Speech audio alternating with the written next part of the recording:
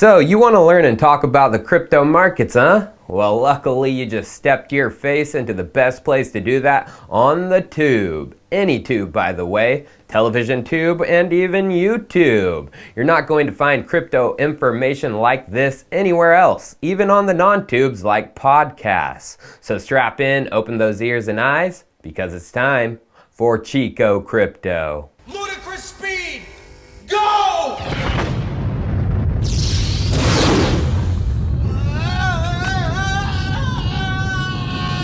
So let's talk about altcoins, as a few of my top picks were performing muy excelente yesterday in the face of a slight market downturn, although it did rebound. Everything else, a majority of the altcoins yesterday morning, even in the top 100, were in the red. So let's begin with one of the top hodls in my portfolio, who I've covered on multiple levels over the past 7 months. That is Alchemist Coin.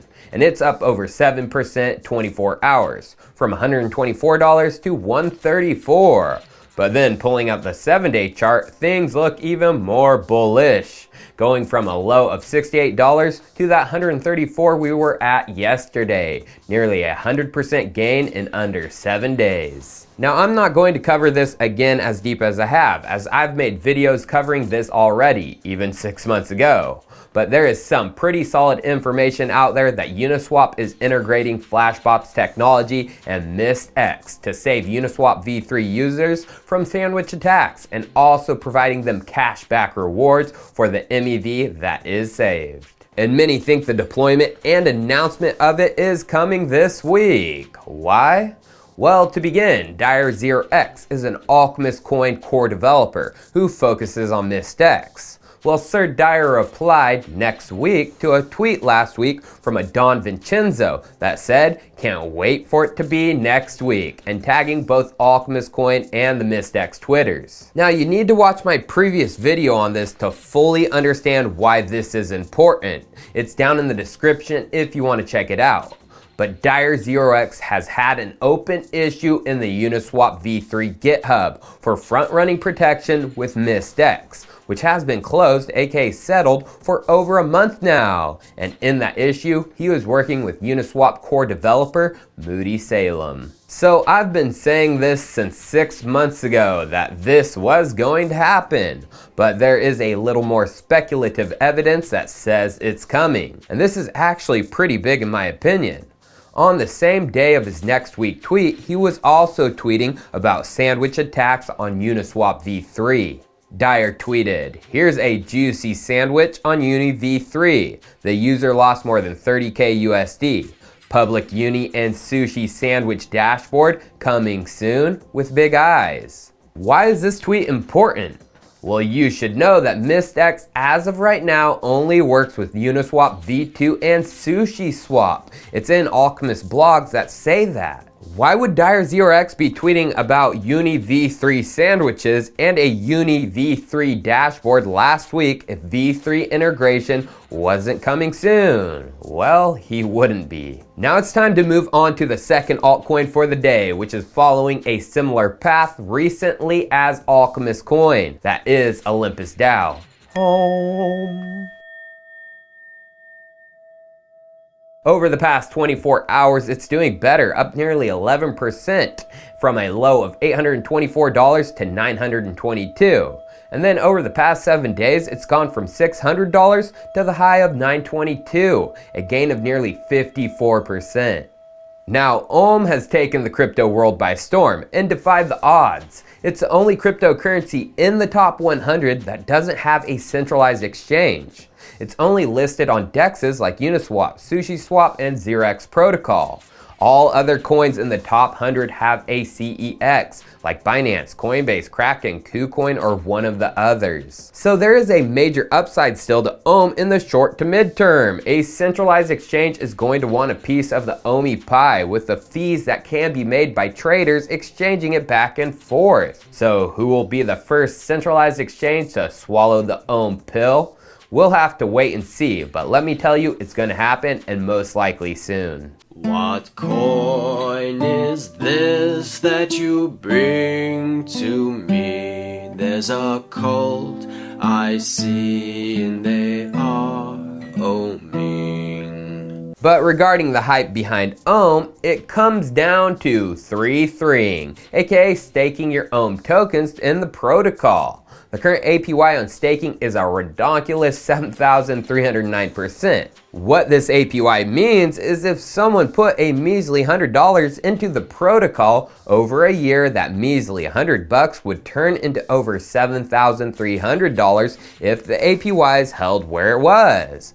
1,000 would turn into over $73,000, and so on and so forth. Although the APY of Ohm is going down over time, it's not going to hold at over 7,300% forever. It will eventually go down, as that has been the case throughout Ohm's history.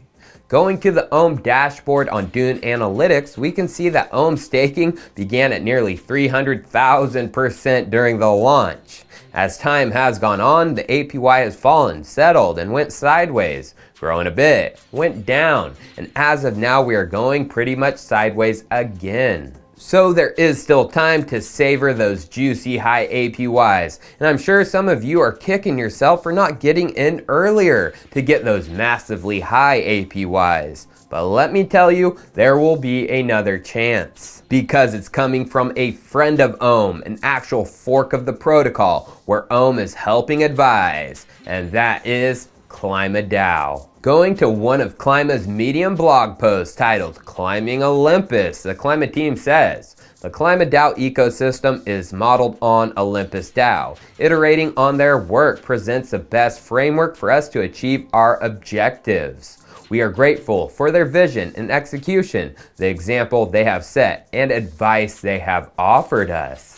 So, do you understand what that means? That means ultra high APYs, just like Olympus right out the gate for Clima.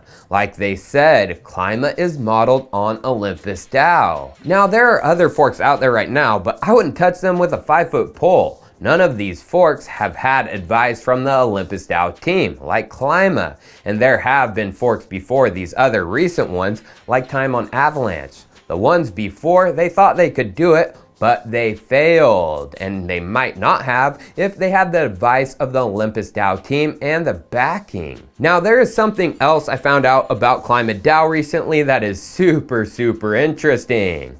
Everyone should know about this Ethereum address that ends in AAC.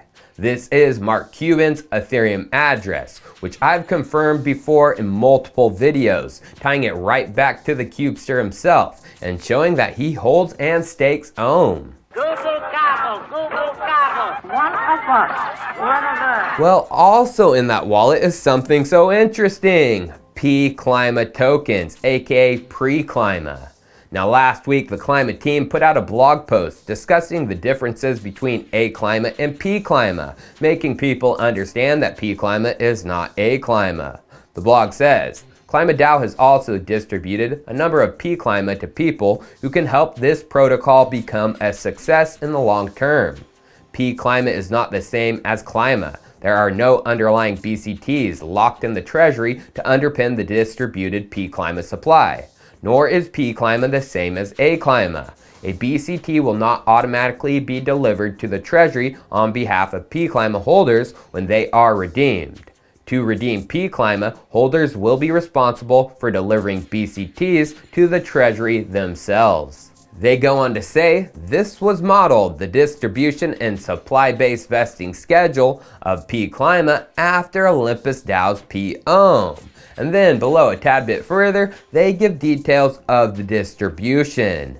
Team, 330 million P-Clima and a 7.8% supply share. Project stakeholders, 70 million P-Clima and 3.5% supply share. Advisors, 50 million P-Clima and a 1% supply share. Olympus DAO, 70 million P-Clima and a 3.5% supply share. And finally, the ClimaDAO community, 480 million P-Clima, no supply share, because the community decides through the DAO what happens to those tokens.